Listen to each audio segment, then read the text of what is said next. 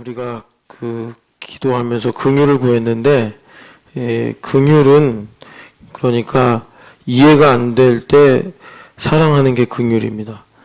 그러니까 우리는 너무 좋고 맨날 같이 있고 싶고 또 뭐라 그럴까요? 나한테 유리하고 그러면 막 긍휼이 넘치는데, 그러다가 그 대상이 뭐 나를 공격하거나 나를 속상하게 하거나 그러면 이제 우리는 긍휼을 거두잖아요. 그런데 하나님은 우리를 구원하신 이런 일들을 보니까 우리가 원수였을 때 참 우리가 하나님께 어떤 이득이나 또 뭐 미쁘게 보일 만한 것이 전혀 없을 때 하나님께서 우리가 심판받고 죽는 것을 기뻐하지 않으셔서, 그래서 우리를 긍휼히 여기심으로 예수님을 이제 보내주셨다. 이제 그렇게 우리가 이제 알고 있어요. 그래서 이 긍휼이 우리 가운데 임하면 사실은 이제 우리가 참 교만하고 오만해지면 안 되잖아요.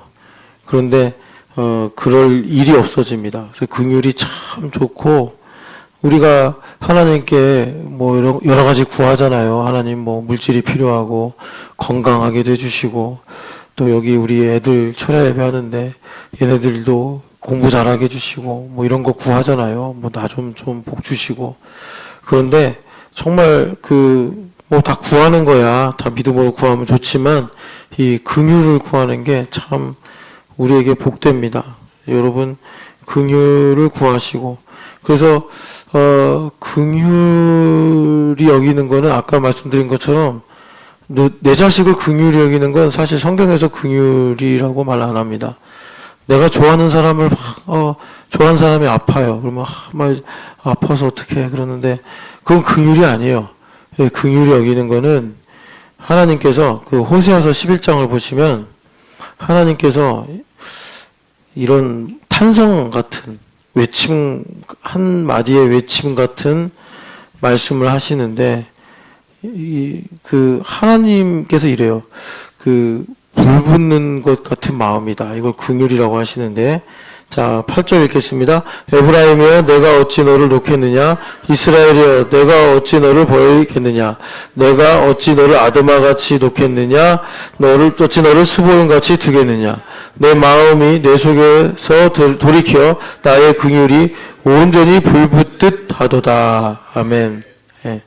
그래서 여기 보면은 에브라임이여 내가 어찌 너를 놓겠느냐?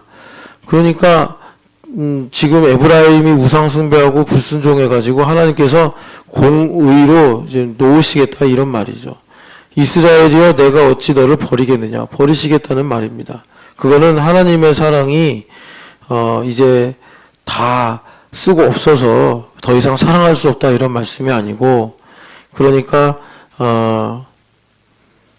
이제 하나님께서 그들의 불순종과 우상 숭배 때문에 이럴 수밖에 없다 그러시는 거예요. 그래가지고 그 다음에 스보임과 아드마가 나오는데 이게 뭐냐? 이게 소돔과 고모라입니다. 소돔과 고모라인데 소돔과 고모라는 심판을 받았잖아요. 하나님의 자비를 얻지 못하고. 그래서 최종 심판의 모형이 된 도시인데, 그런데 지금 이스라엘이나 에브라임이 그런 스보임과 아드마 같다라는 거예요.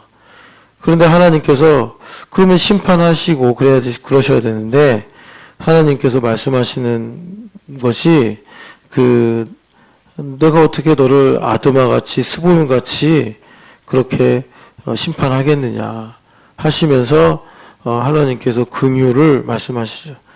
내 마음이 내 속에서 돌이켜 긍휼이 불붙는 듯 하도다 말씀하십니다. 여러분 이 마음이 임할 때 그러니까 우리가 뭐 어떤 일로 교만해지거나 둔감해지거나 이제 그러지 않고 항상 이 흑암 속에서 이제 하나님의 뜻 가운데 살아가는 복을 누리게 되는데, 자 다시 우리 고린도 후서 읽은 말씀으로 돌아가면 고린도 후서로 돌아가면 아까 11장 봤을 때 그것도 읽고 그랬는데 13장이었나요? 11장.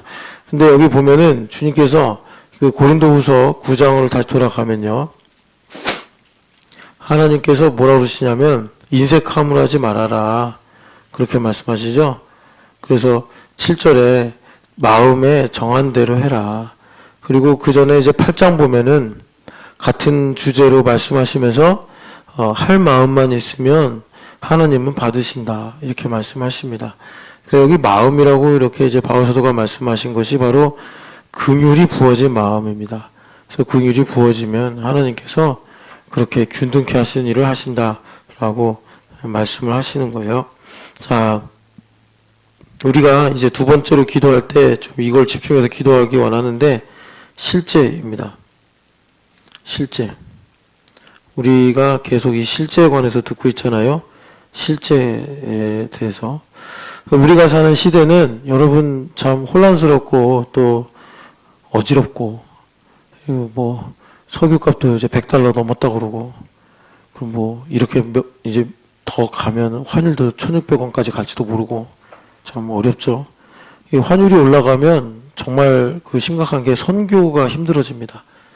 이제 원화 가치가 떨어져서. 그러니까 참 우리가 기도를 많이 해야 되는데 이 전쟁 끝낼 기미가 안 보이네요. 이 두 남자가. 그래서 이 두 남자를 왜 기도를 많이. 하나는 그 히메네이? 아니 근데 이란어를 잘 몰라서 하여튼 그분이라고 해야 되나? 하여튼 그 차남. 하여튼 이름이 잘 기억이 안 나네요. 그 다음에 저쪽 미국에 계신 그 할아버지도 좀 이제 자중하시고. 간단한 문제는 아닌 것 같아요. 간단한 문제는 아닌데 하여튼간에. 자, 그래서 그럼에도 불구하고 정말 우리가 깨어서 뭐가 문제냐, 기름값이 문제냐, 환율이 문제냐, 뭐 주식을 팔 거냐, 뭐 주식 회전율이 뭐 2배로 뛰었다면서요. 2배로 뛰었다고. 지금 우리나라 사람들 지금 전전긍긍하고 있다는 거죠. 자, 어디를 보시냐면 요한 1서를 보시면 우리가 진짜 이제 놓치지 말아야 될 거, 이런 어지러운 세상 속에서 우리가 깨어 있어야 될 게 뭐냐면 4장, 요한일서 4장 1절부터 3절 읽어보겠습니다. 사랑하는 자들아, 영을 다 믿지 말고 오직 영들이 하나님께 속하였나 분별하라. 많은 거짓 선지자가 세상에 나왔습니다. 이로써 너희가 하나님의 영을 알지니 곧 예수 그리스도께서 육체로 오신 것을 시인하는 영마다 하나님께 속한 것이요, 예수를 시인하지 아니하는 영마다 하나님께 속한 것이 아니니 이것이 곧 적 그리스도의 영이니라. 오리라 한 말을 너희가 들었거니와 지금 벌써 세상에 있느니라. 아멘. 자, 여기 보니까 이제 진리의 영은 성령 하나님인데 이 성령 하나님을 하나님의 영이다라고도 이제 말씀하십니다. 그러면서 이 소속을 말씀하시는데, 그러니까 그 소속의 일종의 증거가 뭐냐라는 것을 여기 보니까 그리스도께서 육체로 오신 것을 시인하는 것이다. 이렇게 말씀을 해요. 자, 육체로 오신 것을 시인하는 게 뭐냐?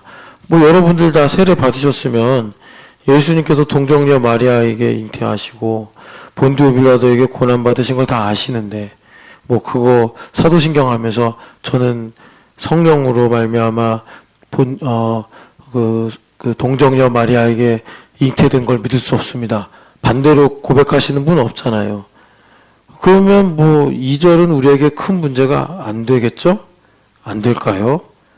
안 되지 않으니까 제가 이렇게 이제 여기를 열어보면서 지금 기름값 얘기도 하고 환율 얘기도 하고 막 이러는 거예요.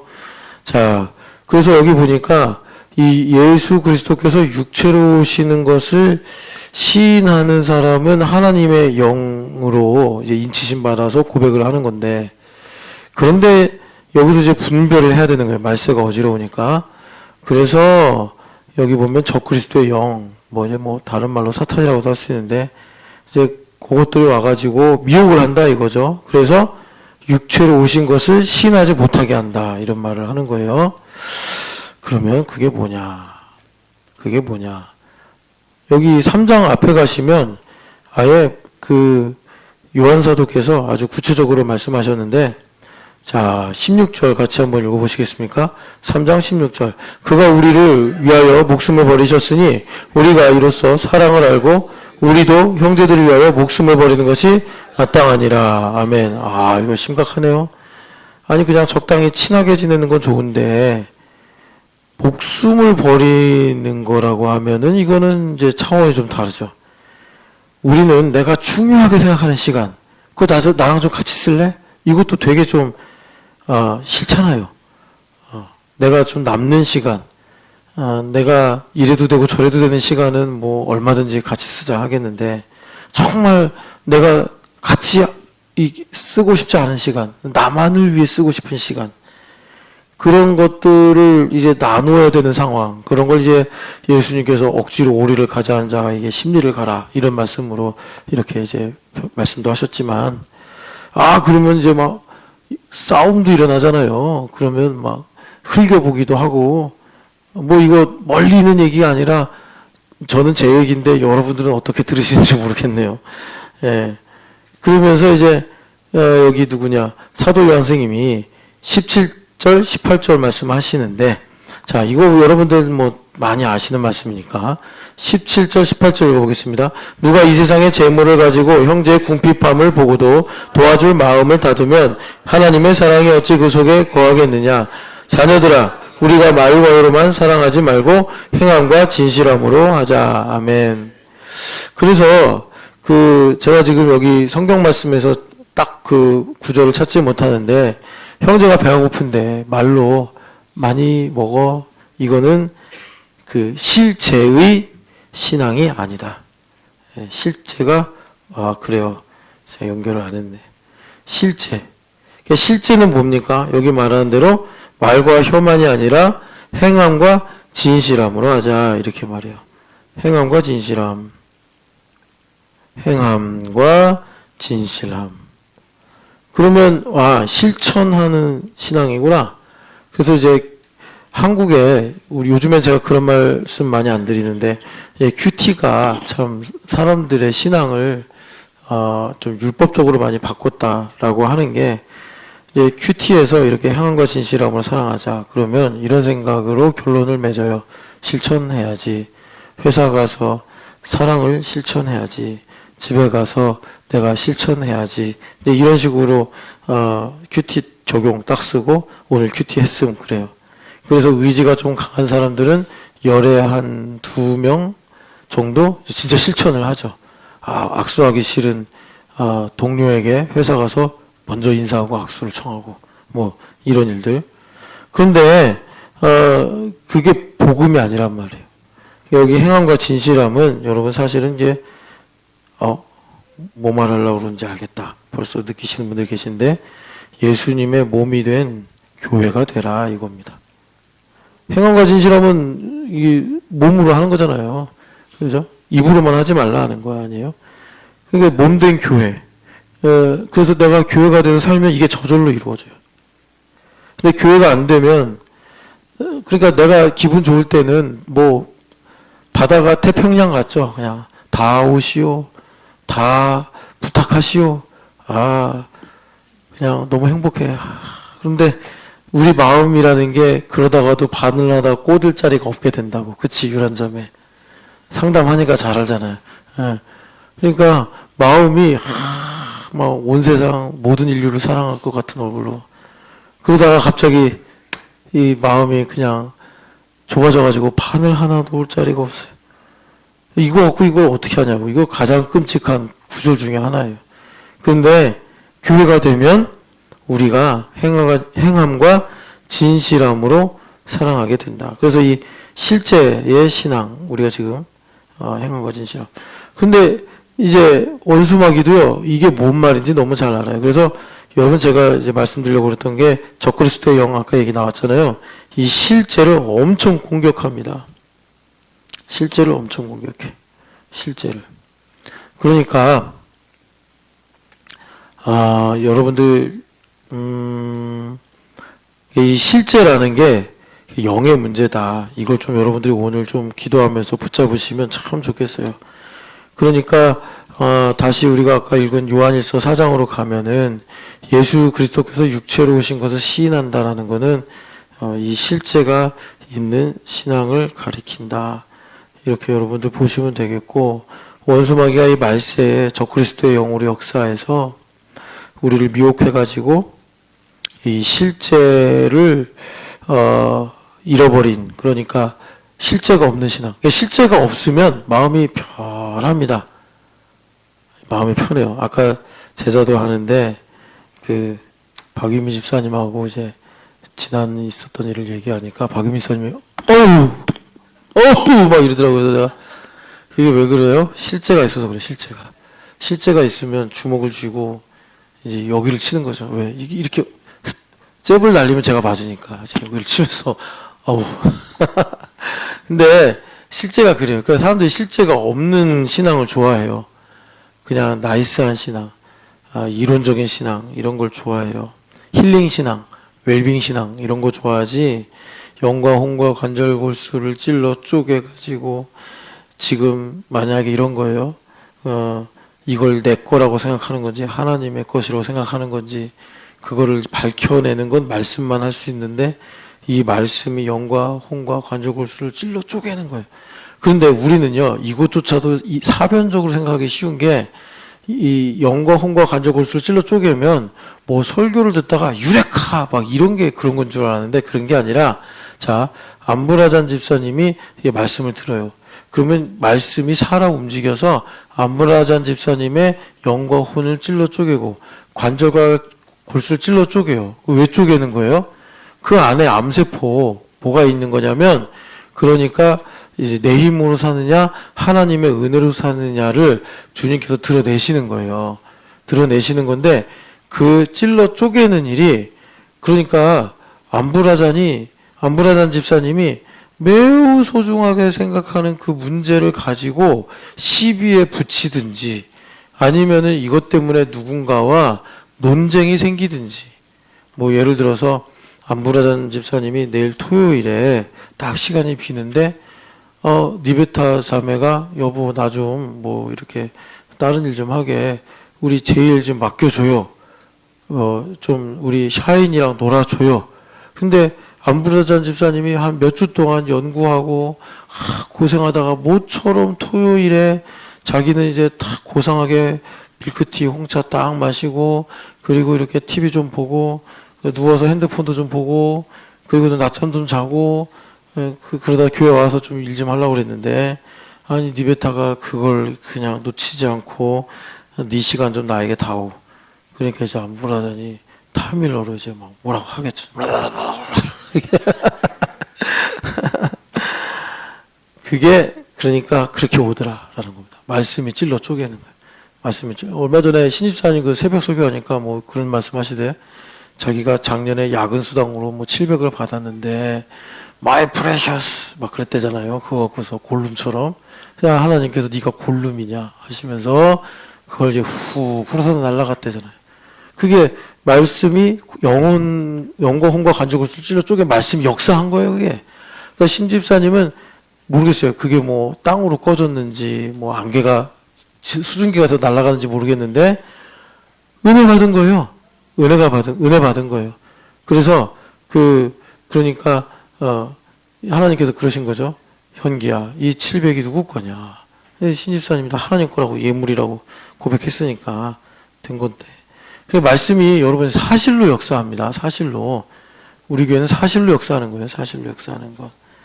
그래서 지금 우리 허집사님 저도 아멘 했잖아요. 여러분, 그러니까 뭐 이렇게 말하면 이게 설교인가 그러실 수 있겠는데 아멘 잘하셔야 돼요. 하나님께 드리고 싶지 않은 건 아멘 하지 마세요. 아멘 안 하네. 설교 잘 듣고 계시네. 이거는 내 거, 나는 이거 절대 하나님께 드릴 수 없어. 그러면 아멘 하지 마세요. 그거 혹시 이렇게 그냥 옛날에 그랬잖아요. 목사님이. 에이씨! 했더니 아멘! 그랬더니 그런 식으로 딴 생각 하다가 뭐 이제 난 정말 하나님께 드릴 마음이 없는데 그런데 나도 모르게 아멘 해가지고 말씀이 찔러 쪼개 역사해가지고 여러분 막 너무 괴로워하지 마시고 근데 제가 지금 무슨 뜻으로 설교하는지 아시죠? 여러분 지혜롭게 잘 들으시기를 축복합니다. 또 이 철야 시간에 괜히 이게 꿈인가 생신가 들으시다가 또 엄목사님이 하나님께 드리고 싶지 않은 건 아멘 하지 말라 그래서 그렇게 또 나중에 촉박하시면서 이상한 얘기 하지 마시고 반어법입니다. 반어법. 여러분 하나님의 것이 내 것입니다. 하나님의 것이 내 것. 자, 어제 있었던 일 제가 어제 우리 미하나 보면서 뭐 왜 회개를 했을까 그거는 뭐 여러분들 꼭 다 아실 필요는 없고 저 개인적으로 회개를 해야 돼서 회개했습니다. 근데 자 실제 한 예를 드릴게요. 어제 미하나의 그 눈동자 안녕하세요. 그 안녕하세요를 어디서 배웠을까? 그래서 좀 이렇게 공손하게 가르쳐야 되는데 한국어 선생님이 되게 그냥 투박하게 가르친 것 같아. 그러니까 얘가 이제 목사님 보니까 반갑긴 한 거죠. 그러니까 이제 인사는 해야겠는데 그래서 안녕하세요. 이렇게 남자애처럼 투박하게 인사를 했어요. 그러면서 우리 미하나 안에 계신 예수님을 본 거죠. 자, 우리에게 그러니까 여러분 한번 너무 중요한 말씀인데 맨날 인용만 하고 넘어가서 골로새서 1장을 보겠습니다. 이제 말씀이 들어가면 이제 우리에게 역사하니까 골로새서 1장 15절부터 18절까지 골로새서 1장. 그리스도 우리 보통 기독론이다 이렇게 말하는데 그 그리스도가 누구신가에 관한 아주 중요한 말씀입니다, 여러분. 그러니까 로고스는 누구신가? 요한복음 1장 1절부터 4절. 그리스도는 누구신가? 골로새서 1장 15절에서 18절 같이 읽어보겠습니다. 그는 보이지 아니한 하나님의 형상이시요 그는 피조물보다 먼저 나신 이시니 만물이 그에게서 창조되되 하늘과 땅에서 보이는 것들과 보이지 않는 것들과 혹은 왕권들이나 주권들이나 통치자들이나 권세들이나 만물이 다 그로 말미암고 그를 위하여 창조되었고 또한 그가 만물보다 먼저 계시고 만물이 그 안에 함께 섰느니라. 그는 몸인 교회의 머리시라. 그가 근본이시요 죽은 자들 가운데서 먼저 나신 이시니 이는 친히 만물의 으뜸이 되려 하시며. 아멘. 자, 1절부터 17절까지 예수님은 이제 그리스도신데 그리스도가 이제 이런 분이다. 그러니까 여기 보면은 이제 하나님의 형상이시요 하고 나서 그 다음에는 다 이제 그 피조물과 관련된 거예요. 그러니까 우리가 예수님을 믿을 때 이렇게도 말하잖아요. 말씀으로 창조되었음을 믿습니다. 그리스도가 이 모든 만물을 창조했다는 말씀이에요. 그래서 이렇게 역으로 말할 수 있습니다. 모든 만물 속에 그리스도가 계신다. 근데 범신론 얘기하는 게 아니라 창조론 얘기하는 거예요. 말씀으로 말미암아 창조가 되었기 때문에. 그래서 그렇게 그리스도를 위해 창조됐고 그리스도로 말미암았고 그리고 이제 그리스도께서 만물보다 먼저 계시고 뭐 근원이 되신다 이런 말입니다. 그리스도가 지음받은 존재라는 얘기가 아닙니다. 이거 초대교회 때 이것 때문에 많이 헷갈려 있어요. 그리고 만물이 그 안에 함께 섰느니라. 그러니까 만물이 다 그리스도의 지배를 받는다. 이런 말씀이에요. 그러니까 그리스도가 참 위대하신 분이죠. 예수님은 그리스도시다라는 신앙 고백이 참 귀하고 복된 고백이에요. 근데 이걸 우리가 피부로 실감해야 되는데 그 실제가 뭐냐? 18절 보니까 그는 교회의 머리시라. 교회를 통해서 그리스도를 우리가 실제로 리얼리티로 아는 거예요. 그런데 그 교회 머리신 예수님은 누구십니까? 근본이시요 부활이시요 만물의 으뜸이시다. 이렇게 말씀하는 거예요. 그러니까 참된 장미는 그리스도 안에 있어요. 우리 김 목사님 음악을 전공하시니까 정말 영원한 음악이라는 게 있다면 그건 그리스도께 있는 거예요. 그리스도를 위하여 있는 거고 그리스도 안에 있는 거고 그리스도로 말미암아 있는 거예요. 이해가 되시죠? 자, 그러니까 교회가 돼서 자 그리스도의 실제. 그리스도가 모든 만물의 실제이신데 그럼 그리스도의 실제도 있어야 되잖아요. 그 그리스도의 실제가 바로 교회다. 그래서 제가 어제 미하나를 통해서 그 실제를 보고 회개했다라고 새벽에 말씀을 드렸어요. 자, 그래서 우리는 교회가 되어서 어떡합니까? 자, 이게 중요해요. 그 만물 속에서 여러분들의 삶의 현장이죠. 여러분들의 시간과 공간, 여러분들의 역사, 만물 속에서 실제를 보는 거예요. 실제를 본다. 이 실제가 바로 만물의 으뜸이신 그리스도 이겁니다. 그래서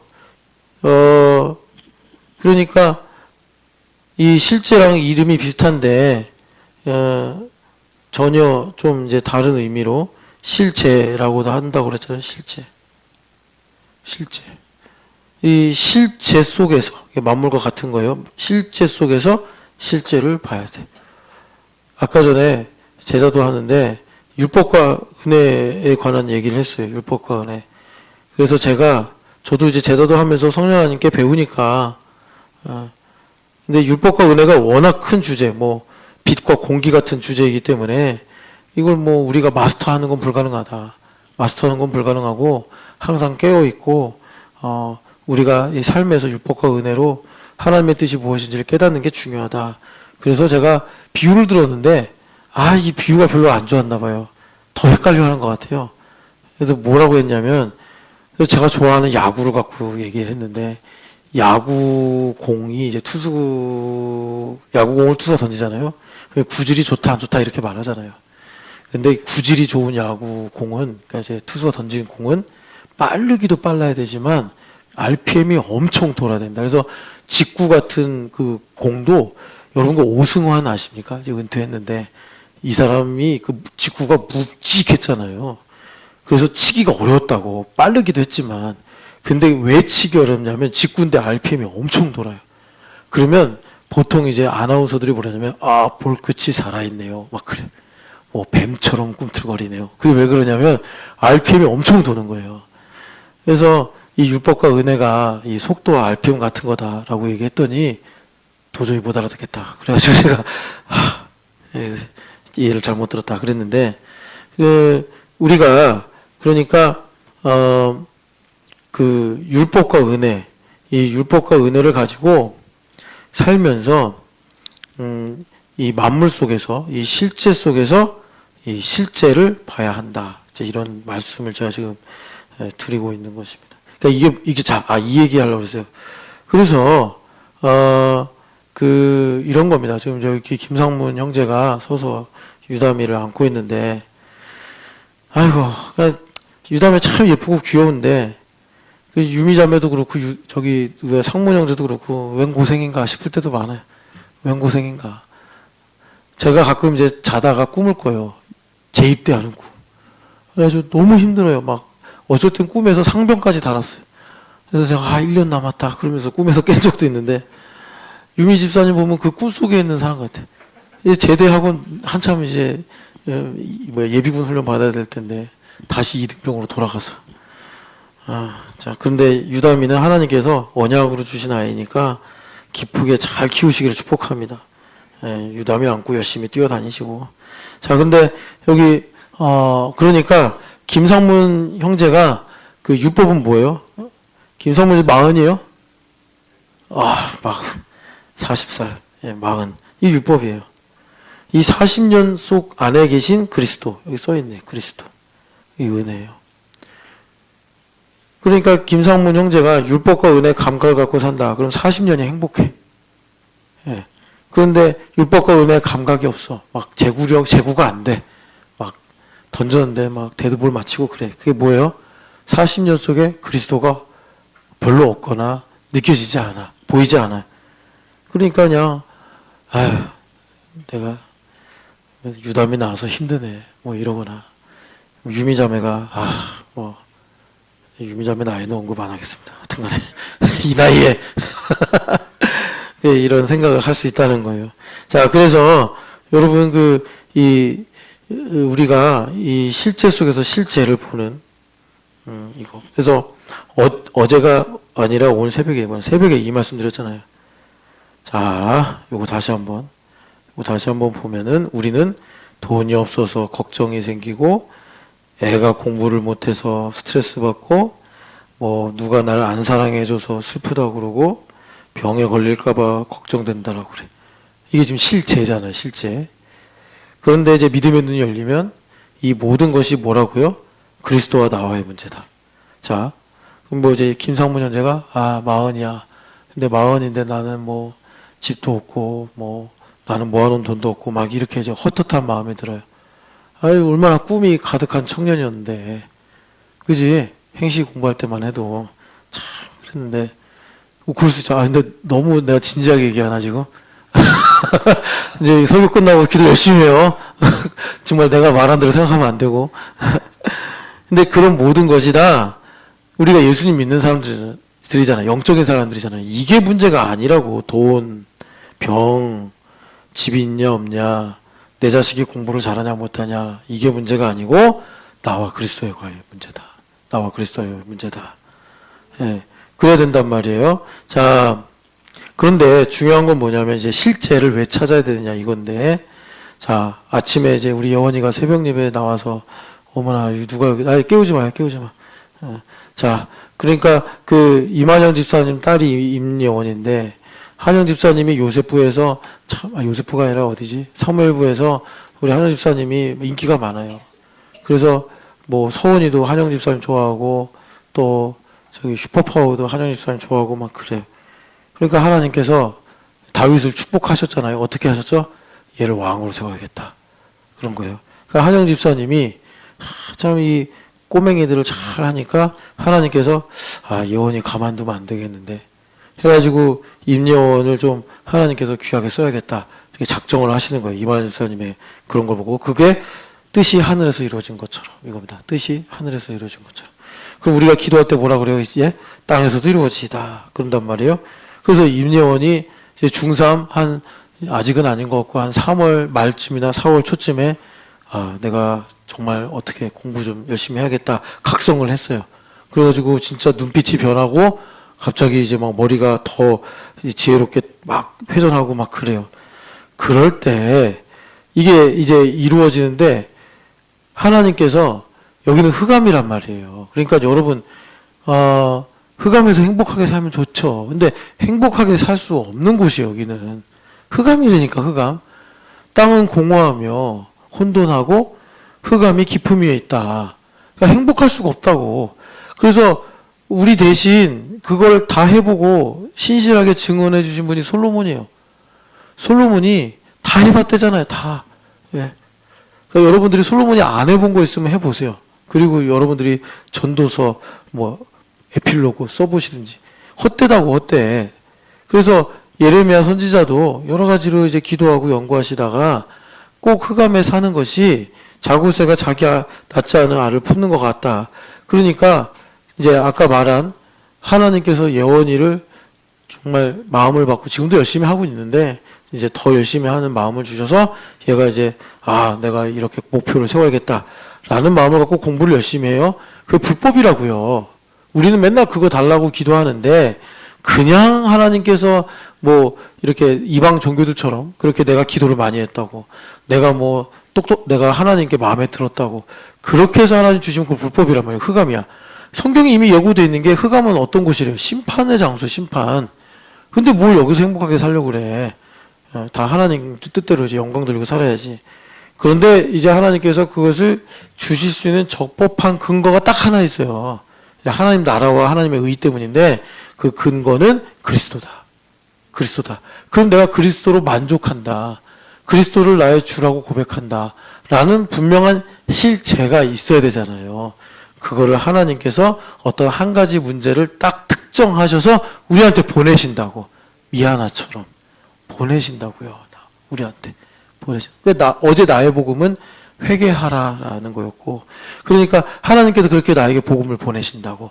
때로는 돈 문제로, 때로는 애들 키우는 문제로, 때로는 뭐 건강상의 문제로, 때로는 관계의 문제로, 어떨 땐 선택의 문제로 하나님께서 그렇게 나에게 실제, 그러니까 그리스도로 만족한 이 분명한 근거를 마련하시기 위해 보내신단 말이에요.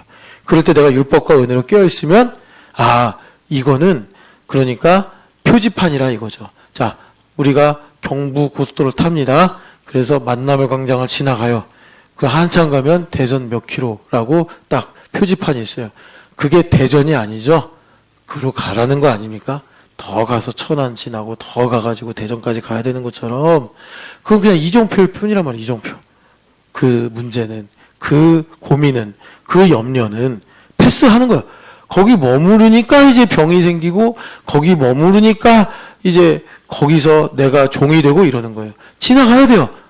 어디를 향해서? 그리스도를 향해서 가는 거예요. 주님께로. 그러면 그리스도께서 어떤 분이래요? 성경에 보니까 천국의 열쇠를 가지신 분이다. 다윗의 열쇠를 가지신 분이다. 그래서 내가 그리스도를 그 문제 속에서 그 상황 속에서 깨닫고 알아 그리스도와 나의 관계가 하나님께서 요구하시는 만큼 공의에 충족이 되면 뜻이 하늘에서 이루어진 것처럼 땅에서 이루어진다. 이거예요.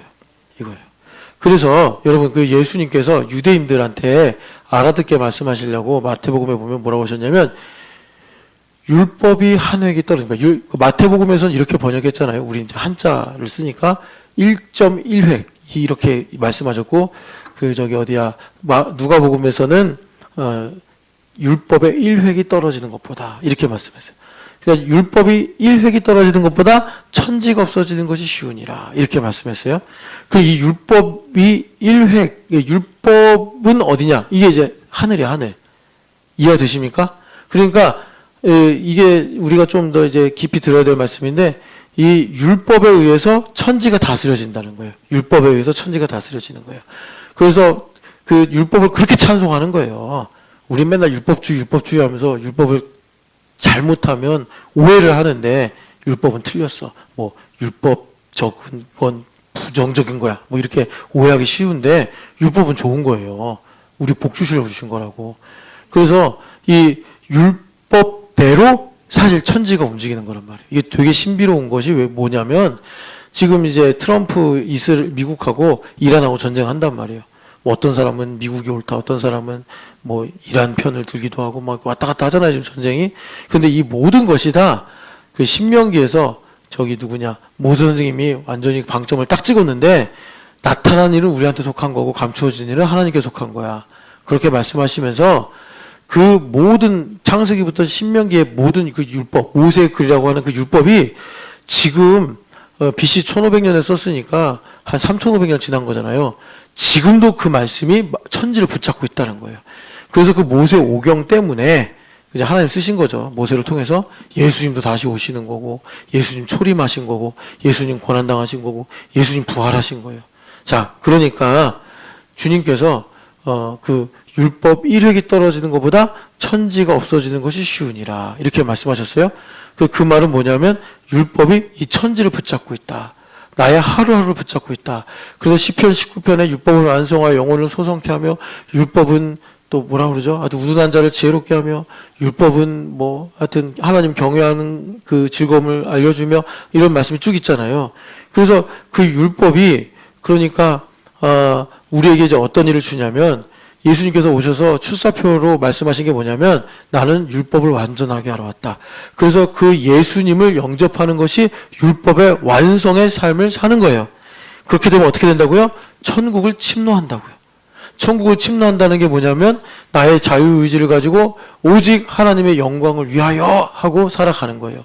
그렇게 될 때 하늘에서 뜻이 이루어진 것처럼 땅에서 이루어진다. 주님께서 우리에게 말씀하시는 거예요. 자, 그래서 이런 겁니다. 다시 이제 말씀을 드리면 율법이 있어요. 율법에 의해서 천지가 움직여집니다. 그런데 우리는 율법을 지킬 힘이 없잖아요. 그런데 구세주인 예수님께서 이 땅에 오셔서 율법을 완성하셨다고 분명히 말씀하셨어요. 다 이루었다고도 말씀하시고 또 나는 율법을 완전하러 왔다고도 말씀하세요. 그래서 예수님을 영접해요. 예수님을 영접한다는 게 뭡니까? 아까 말씀드린 것처럼 김상문 형제가 40년 살았는데 그 40년의 시간이 그리스도라는 빛으로 충만해지는 거예요. 오늘 하루를 놓고 보면 김상문 형제가 학원 가서 열심히 가르쳤는데 막 학부형 항의하고 원장님 막 나 너무 부려먹고 왔다 갔다 속상하고 또 전화했더니 서유미가 뭐라고 막 그러고 그래가지고 아이 살맛 안 나네 그러고 있는데 그럼에도 불구하고 그 안에서 그리스도를 발견하여 김상문 형제가 그리스도만 계시면 됩니다. 너 그리스도께서 나와 함께 하시는데 내가 뭐가 부족합니까? 해서 우리 상문 형제가 그리스도로 충만해. 그러면 율법과 은혜로서 감각이 살아있는 거예요. 그렇게 될 때 어제 제가 미하나를 보고서 회개해야겠구나. 이렇게 내가 참 그 신기하지 않아요? 목사가 회개할 줄 몰라가지고 하나님께서 미하나를 선지자로 보내서 안녕하세요. 회개해야 되는구나. 깨닫게 하신 거예요. 그러니까 그 복음을 우리가 듣더라라는 것입니다. 그러니까 복음을 놓치지 않는 거예요. 복음을 놓치지 않아서 그 냉수 한 그릇을 우리가 하나님의 뜻대로 사용하여 그걸 근거로 우리 하나님께서 뜻이 하늘에서 이루어진 것처럼 땅에서도 이루어지는 그 일들을 우리 가운데 이루어 주시더라. 하나님의 나라가 확장이 되는데 나 개인의 삶에서 무슨 일이 일어나는 거예요? 열매가 100배로 나타나게 되더라 라는 것입니다. 자, 그래서 고린도 후서 말씀으로 다시 돌아가서 이제 이 본문을 갖고 정리하면 고린도 후서 보니까 다시 보시면 자, 많이 심는 자는 많이 거두고 적게 심는 자는 적게 거둔다 하는 말이 이 말이로다 하시면서 이제 여러분 이게 중요해요. 긍휼히 여기면, 여기 보면 인색함을 하지 마라, 억지로 하지 말라 하셨는데 긍휼히 여기면 하나님께서 그를 사랑하시니라. 긍휼히 여기면. 그래서 여러분 이 말씀이 신고 거두는 것에 관한 말씀인데, 그래서 여기 10절 보면은 신고 거두는 건 뭐래요? 이사야서 55장 10절 인용하신 거 여러분 딱 느낌 오시죠? 그러잖아요. 파종하는 자에게 종자를 주며 먹는 자에게 양식을 준과 같이 하나님 입에서 나오는 말씀이 그 하나님의 뜻을 이루는 그 원리가 있는데, 그런 경륜이 있는데, 그것에 편승이 돼서 이제 사는 법이 심고 거두는 거더라. 그래서 심고 거두게 되면 어떤 일이 일어나요? 하나님께서 공급하시는 삶을 산다는 거예요. 공급하시는 삶. 여기 보면 여러분 혹시 풋노트 달려 있어요. 풋노트 보면은 심는 자에게 씨와 먹을 양식을 주시는, 근데 주시는 에다가 각주를 달아가지고 헬라어로는 원래 공급이야 이렇게 썼단 말이에요. 이거와 똑같은 단어가 베드로 전서 4장을 보세요. 베드로 전서 4장. 이게 왜 공급이 중요하냐면, 이게 중요해요, 우리한테. 4장 11절. 4장 11절. 같이 읽겠습니다. 만일 누가 말하려면 하나님의 말씀을 하는 것 같이 하고, 누가 봉사하려면 하나님이 공급하시는 힘으로 하는 것 같이 하라. 이는 범사에 예수 그리스도로 말미암아 하나님이 영광을 받으시게 하려 함이니 그에게 영광과 권능이 세세에 무궁하도록 있느니라. 아멘. 자, 범사에 그리스도 예수로 말미암아 하나님이 영광을 받으시게 하려 합니다. 이거 아까 전에 제가 다 설명드렸죠. 여기 아까 글이 이만영 집사님 딸 얘기하면서 다 얘기했고, 자, 그래서 하나님 영광을 받으시는 거예요. 우리 예원이한테 공부하는 각오와 새로운 생각을 주셔서. 그런데 그게 이제 어떻게 되느냐 봤더니 여기 보니까 하나님이 공급하시는 힘으로 하는 것 같이 하라. 하나님께서 공급하시면 천지를 창조하신 하나님의 능력과 지혜가 나에게 임하여 나의 일상을 산단 말이에요. 그런데 그 하나님의 지혜와 능력이 이사야서 40장의 말씀처럼 나에게 임하는 통로가 긍휼입니다. 긍휼. 할 마음만 있으면. 인색함으로 하지 말고 긍휼히 여김으로. 우리가 그렇게 넉넉하게 주님의 일을 감당하게 되면 하나님께서 이사야서 40장의 말씀처럼 꽃은 시들고 푸른 마르나 하나님의 말씀은 영원하도다 하셔서 그 영원한 말씀의 능력으로 나에게 공급이 되게 하셔서 우리로 내 힘으로 사는 것이 아니라 하나님의 지혜와 능력으로 일을 하여 여기 말씀대로 범사에 그리스도 예수로 말미암아 하나님께서 영광을 받으시는 하나님 나라의 치세를 베풀어 주신다라는 것입니다. 그래서 여러분 이 밤에 다시 한번 이제 우리 20분 남았는데 집중해서 기도합시다.